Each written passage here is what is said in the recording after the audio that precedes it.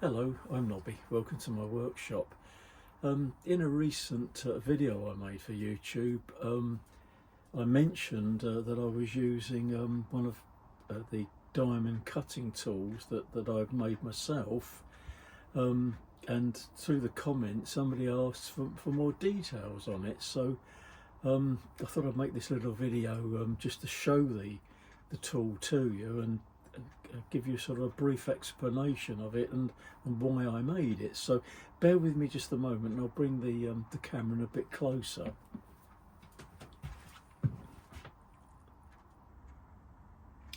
Well, this is the tool itself, and I'm using this on my Myford lathe on my Dixon tool post. So it's made to fit the Dixon tool holders. The tool post came with the lathe when I bought it, and since then I've bought additional holders of this type for it. I'd seen this particular type of tool being used quite a lot on various YouTube channels, and it's such an interesting tool, and people explained why they used it, and that the tool, generally the ones that people were using were commercially made ones made by an Australian company called Eccentric Engineering. They also make various other tools for workshop use. I did look into purchasing one of these, but when I checked the Eccentric Engineering website, I discovered that these actually were rather expensive and would be very expensive to import one of them from Australia to the UK, and the cost was really sort of way above really what I could afford at the time. But some years ago I visited a model engineering exhibition which used to be held in London at Alexandra Palace, and one of the exhibitors there is the Society of Model and Experimental Engineers, they're known as SME, and I've looked at their display a number of times, and a number of times since they appear at all of these exhibitions. Unfortunately, the one in London no longer exists. That's not held there anymore. It's now only held in the Midlands, and they've usually got a couple of lathes set up and a milling machine as well, so they can do demonstrations for the visitors. And I noticed that on one of the lathes, the gentleman there from the society was using a tool like this. When he'd finished his demonstration, I sort of engaged him in conversation and told him I was very interested in the particular tool he was using, and he took it off the lathe and showed it to me, and it was one that he'd made himself, and he explained how he made it, how it worked, and he let me handle it, have a look at it, and I believe at the time I took some photographs of it as well, because I'd said that I couldn't really afford to buy the Australian made one, but I was thinking I could probably make one of these myself. So when I'd seen this in detail, it obviously gave me some ideas as to the construction, and when I came home within days really, I set to try and make one myself. It's a very interesting tool from the point of view that it's very, very easy to grind the tools, because they only need grinding at the very top here, and the grind of it, when you use it, you see it forms this sort of diamond shape, hence the name diamond tool. Now the thing about the tool is it's made by setting up some angles on the tool holder, You have one angle here and another one for the tool itself here, and of course the angle that you grind the tool to. Now the angle I made this to was about 12 degrees. I guess there's some leeway in this, because what you're ending up with is the cutting edge here on this tip, and these angles actually form the relief for the tool itself. Now if you're grinding a piece of this high-speed steel, which will be used at this sort of angle in the tool post, and you're grinding your shape on the end here, of course you need relief around the grind at the front of it, so you need relief in these angles and this angle here, so that when you're cutting material, the side of the tool is not going to rub against the work itself. So by setting these angles, you're creating a relief in all the necessary directions to the tool itself. Now the way I set this up to make it, I made the holder itself out of aluminium. I didn't have any steel available big enough to do this at the time, but I thought, well, it's an experiment anyway, and aluminium obviously is quite easy to machine, and generally it's strong enough for something like this as well. So I think the order that I did it in was machining this angle first, as I mentioned, that angle being at 12 degrees, so it sits in the holder like this, giving you that angle here. Then you can set this up on the milling machine to get this top surface level, and then machine the slot to take the tool at 12 degrees as well. So if you set that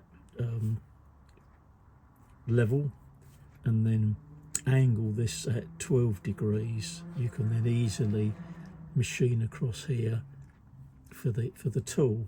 I machined it down so that I've got a slightly raised edge here, so that the little screw I've got in here is the brass screw with a brass washer to hold the tool in place, so it grips it nicely. I made my one to take a 1/4 of an inch high-speed steel tool bit. So that was it basically, and then of course on this side you just need to machine the part here to go into the tool holder itself. When I made this, this part here wasn't this thin. It was actually very much thicker, and I'll explain something about that in a minute as well. So when I'd made this and I mounted it into the tool holder, what I found was that I couldn't set the tool height here. I couldn't drop the tool holder down low enough to be able to set the center height. I fiddled around with this for ages, and there didn't seem to be any sort of easy way of doing it, and I think I was a bit disheartened at the time. I just put this to one side and didn't really think much more about it. I thought, well, this isn't really going to work on the Myford lathe. So later on I came back to this, and I'd remembered seeing quite a long time ago the video that somebody put out on YouTube relating to the Myford lathe. And with the Myford lathe, although the tool holders for the Dixon system will take quite large tools, of course that Dixon style holder can be used on lots of different brands of lathe, But with the Myford lathe, you are very much restricted on the size of tool shank that you can use. For instance, this is the sort of ideal size of shank. This is 10mm square or 3/8 square. That's the ideal size. A lot of these tools, well, they're supplying all sorts of different sizes. Certainly the next size up, a 12mm one, wouldn't be suitable for the Myford because it would put the tool position too high up, and you would not be able to drop the tool holder down far enough on the tool post to get your centre height. And this chap mentioned one way of getting round that for a number of different tools to enable you to drop this lower down is to machine a part of the bottom of the tool holder. So this is your normal surface. So on this one I've machined this part down, so it now will drop lower down on the tool holder, because the problem is that when you drop this down on the Dixon tool holder on the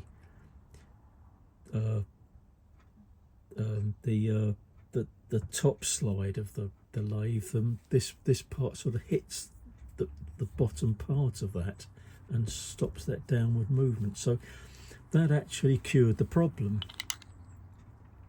But of course then I later on I realised that you didn't necessarily need to do that, although this has proved to be useful for something else. All I really needed to do was to machine this a lot thinner. I suppose in a way not particularly ideal, because that's obviously much thinner than the normal tool holder, but it still works. So by now sort of clamping that in here, I've got enough room to drop this down and set this to centre height, no problem. So certainly for things like the diamond tool holder, if you were thinking of making one yourself, that it's not the most difficult thing in the world to make. Once you get your head round how all the angles work, that was the thing that, even though I'd seen this one that this chap had made and handled it, when I got back to my workshop, I had to sit and think for a while, really to get it clear in my head exactly what all these angles were doing to push that tool back at that angle. But if you were thinking of investing in one of the eccentric engineering diamond tool holders, bear in mind that what you really need, I think, is the smallest one they make. They make them in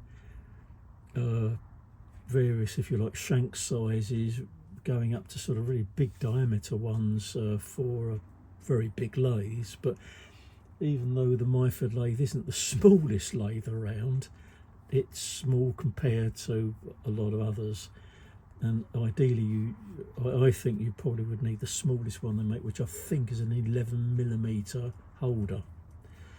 They're made in two types. They make a right-handed cut, this one, a left-handed cut as well. But when you buy their one, you can either buy them individually, or you can buy them as a set, the left and right-handed one. Obviously that's the least expensive way of getting the two of them. But the kit also comes with a little jig that you can put the tool into to help you grind the surface here. So the joy of this is that you literally only need to grind one surface. There's no sort of grinding all sorts of different angles and things on it. You literally just need to set this up on your grinding wheel at the right angle. Most grinding wheels have got a little tool rest in front of the wheel that you can set to whatever angle you like. So that would rest, if you like, on the the little rest on the front of the grinding wheel would be that way up actually, and then you can run it into the grinding wheel to just grind that. So that's basically all you need to do. So of course all you then need to do ideally is to hone the this top surface. What I did also was on the front edge here is to put a little radius on it as well, so that the tool isn't incredibly sharp here. You've got that little radius, helps you to get a nice cutting edge. And of course one of the other reasons I started using this now is that a lot of people recommended to me using high-speed steel to get better surfaces on steel than you would get under some situations where you would normally use a carbide tip tool. And I've been using this for quite a lot of the parts of the engine the little engine I'm building at the moment, and I'm getting some really beautiful results with it. So that's I suppose the main things that the tool, for one, is giving you the correct relief angle. Ideally put a little radius on here as well. And the very important thing I think is that it's so easy to grind the end. I mean, it doesn't need sort of grinding over and over again. I found that once I'd ground the angle here, all I've really needed to do is just occasionally hone the surface here. You know, if you sort of blunt the end here slightly, you can just re-hone that. You can also just run the stone along these surfaces as well. So important also getting the right size one for the lathe you have. So I suppose if you've got something like a mini lathe or the Myford lathe, I would guess probably go for the smallest one that the Eccentric do. The other interesting thing also is that you, as well as using square tools on this, you can also you can also use round ones as well. This is a 1/4 inch round, and although I've not really used this one, I've only used this one because I've only really started using this again recently, but I did grind a round one as well, so the end of this is also ground to the 12 degrees. Obviously with this one, when you put it in the holder, you're going to have to sort of twist it round so that the high spot, which is here, is also on the tool here, so that you get that in the right position. But this would, as I say, I've not really used this one. I imagine this will give you exactly the same sort of cut that you get with a button tool. The button tool, if you're not familiar, that's a button tool, or what I call a button tool anyway. It's a round insert, and when I use these quite a lot because these give a very, very nice surface finish as well. And if you put very fine cuts, they work in a similar way to a shear tool. And the other nice thing is that by just releasing the screw in the centre here, you can turn the button round, and then it gives you lots of sort of cutting surfaces all the way around, same as you would with a conventional carbide tip. Sort of you're turning it round, so you've generally got a cutting surface at both sides, but this gives you multiple cutting areas all the way around. And this is good if you've got it set up in the tool post at an angle. You can do facing off this way and normal turning this way without having to sort of swing the tool round in the tool holder. So it's, you know, again, a very, very useful tool. Another thing that I found sort of also useful, where I'd machine this part off the bottom here is using tools like this. This is a parting off tool, and the problem with some of these, this is a 10mm square shank, so I'm out of frame there, 10mm shank, and with this in here it does actually put that surface a little bit high, so by having this modified tool you can then get this one down low enough to bring the parting off blade to centre height as well. Setting the centre obviously is very important, and I'll just show you the tool that I use to do this.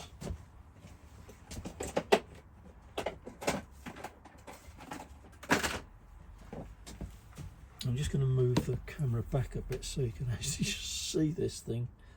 Just move you back just a little bit. I'll tilt you up. There we go. This is the tool I use to set centre heights. This is one that I made myself, but it's actually made from a kit. This is a kit that's supplied by a company called Hemingway in the UK, but Hemingway kits are known worldwide. I've seen people on YouTube from lots of different countries that have made Hemingway kits. They do a whole range of different kits, a lot of kits for tools that you can use in your workshop, and this is your centre height position here. So this you first set up to correct centre height, possibly using a dead centre in the tailstock to give you the correct position here. But the great thing with this is that you just, what I do, I put this on the ways of the lathe, so you've got a nice broad flat surface to put that onto, and then you adjust your tool, your cutting tool, so it comes up underneath that, and that will give you your correct centre height. This pointer here can be locked on very tightly. The kit comes with parts to make 2 of these, but I guess a second one would possibly be handy if you had a large and a small lathe where the centre height's going to be different, so you could have 2 of these mounted on here to use with 2 different lathes, perhaps one facing in either direction. It's got a flat surface here, so you can bring it sort of nearer to the tool post as well. I mean, with this, I was quite lucky. A friend of mine had bought the kit to make this, but I think he'd only made the base, nothing else, and he sort of gave up on the idea. And he just asked me if I would like it. He said, if you can just finish it off, it may be of use to you. But obviously it's not a complicated thing. It doesn't have to be made like this at all. You know, you've got some sort of fancy turning on here as well. I didn't have to do all that, but I just followed the plans that came with it. You could make it much simpler out of materials that you already have. I mean, I've made a variety of different